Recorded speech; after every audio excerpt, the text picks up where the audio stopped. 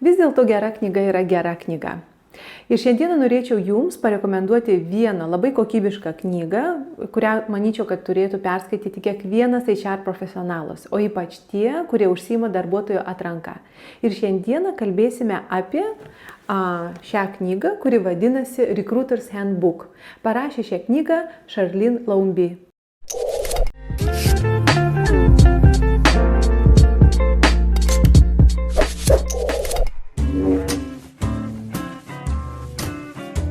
Sveiki, su jumis Laura. Ačiū, kad žiūrite mano YouTube kanalą. Ir žinote, kartais būna taip, kad kai kurios knygos užsilieka mums ant lentynos daug metų, mes jas nepastebime, o paskui kažkaip netikėtai pradedame skaityti. Būtent tai atsitiko su šia knyga, kurią aš jums jau rodžiau ir rekomendavau. Aš prieš keletą metų įsigijau šią knygą ir nusipirkau ją, vėlgi tai buvo JAV, SHRM konferencijoje, ji kainavo $25. Jūs taip pat galite užsisakyti šią knygą Amazon tinklalapyje. Ir aš kažkaip skeptiškai žiūrėjau į šią knygą ir galvojau, kad gerai, aš jau kiek metų esu SHRM sertifikuota ir būtent pati dėstau tą modulį, kuris vadinasi Talent Acquisition, Recruiting, apie Headhunting ir toliau. Ir galvojau, ką aš naujo galiu būtent surasti šioje knygoje.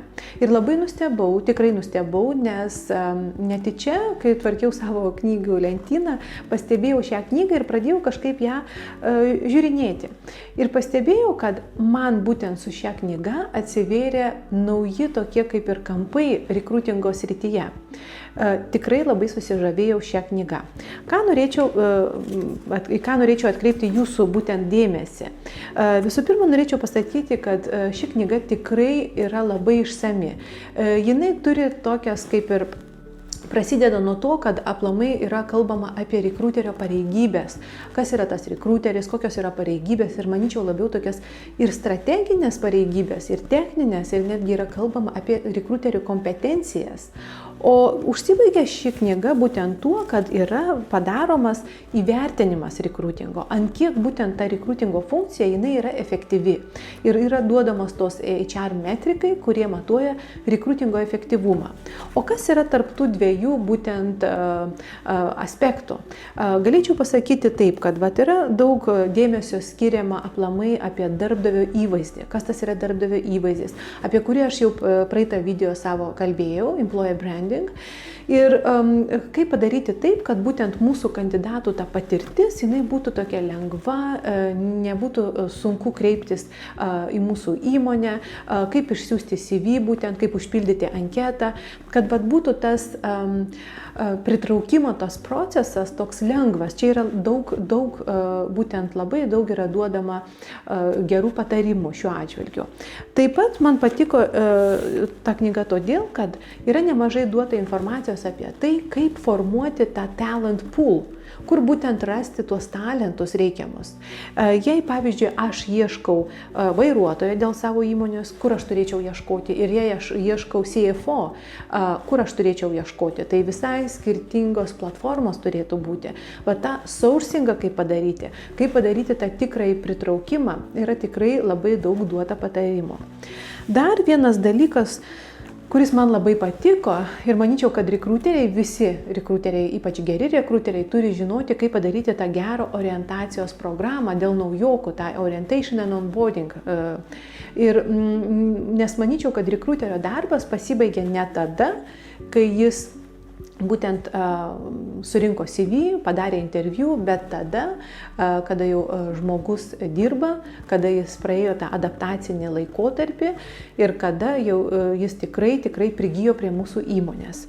Dar sekantis dalykas, kuris man labai taip pat patiko, tai yra tai, kaip duoti darbo pasiūlymus. Kaip duoti darbo pasiūlymus taip, kad tą darbo pasiūlymą tikrai priimtų. Kaip įkalbinti naują kandidatą, mūsų potencialų darbuotoją, kad priimtų mūsų būtent tą darbo pasiūlymą. Nes aš pati keletą kartų buvau situacijoje, kada daviau darbo pasiūlymą ir jis nebuvo priimtas. Ir būtent šioje knygoje jūs galite rasti vėlgi labai naudingų patarimų, kaip tai padaryti. Dar vienas toks aspektas, kuris man labai patiko, tai yra apie tai, ką reikia daryti rekruteriams po to, kai jau jūsų darbuotojas atėjo į darbą. Kaip padaryti taip, kad padidinti jo įsitraukimą. Ir tikrai manyčiau, kad čia būtent rekruteris turi turėti tas motyvacinės, tokias kaip ir žinias, truputėlį turėti psichologinių žinių, kad žinoti, kaip pritraukti mūsų darbuotoją ir tą įsitraukimą padidinti. Vienas iš labai svarbių aspektų, kurį dažniausiai mes būtinai turime žinoti, tai kaip padaryti tą atranką, kaip atrinkti, kaip protestuoti ir kaip padaryti tą darbo interviu, tą pokalbį. Ir šioje knygoje tikrai yra nemažai tų technikų, kurios bus labai jums naudingos. Ir dar toks naudingas dalykas yra kaip keisai. Daug yra tų business case, kurie tikrai jums duoda tą būtent praktinę dalį. Praktikoje parodo, kaip būtent naudoti ar tą, ar kitą techniką. Ši knyga yra be abejo labai išsami būtent rekruterių atžvilgių. Ir manyčiau, kad jei jūs esate rekrutmingo specialistas, ne HR generalistas, tai ši knyga tikrai bus jums skirta. Skaitykite ją, mokykitės iš jos, rasite viską, ką jums reikia būtent šioje knygoje. Kaip daryti tą paprastą atranką, kaip daryti headhuntingą, koks yra skirtumas tarp recruitingo ir tarp talent acquisition. Labai išsami informacija. Ir dar toks kaip ir patarimas iš savo pusės būtent rekruteriams, jei jūs tikrai norite gauti tarptautinės žinias, aš jums patarčiau pasiimti SHRM naują kvalifikaciją, kuri vadinasi Talent Acquisition Credentials. Ši sertifikacija jums duoda ir tą teisę rašyti tas raides prie savo vardo ir tai yra ne sertifikatas, tai yra kvalifikacija ir tikrai duoda labai geras ir išsames tarptautinės žinias būtent rekrutingo atžvilgiu.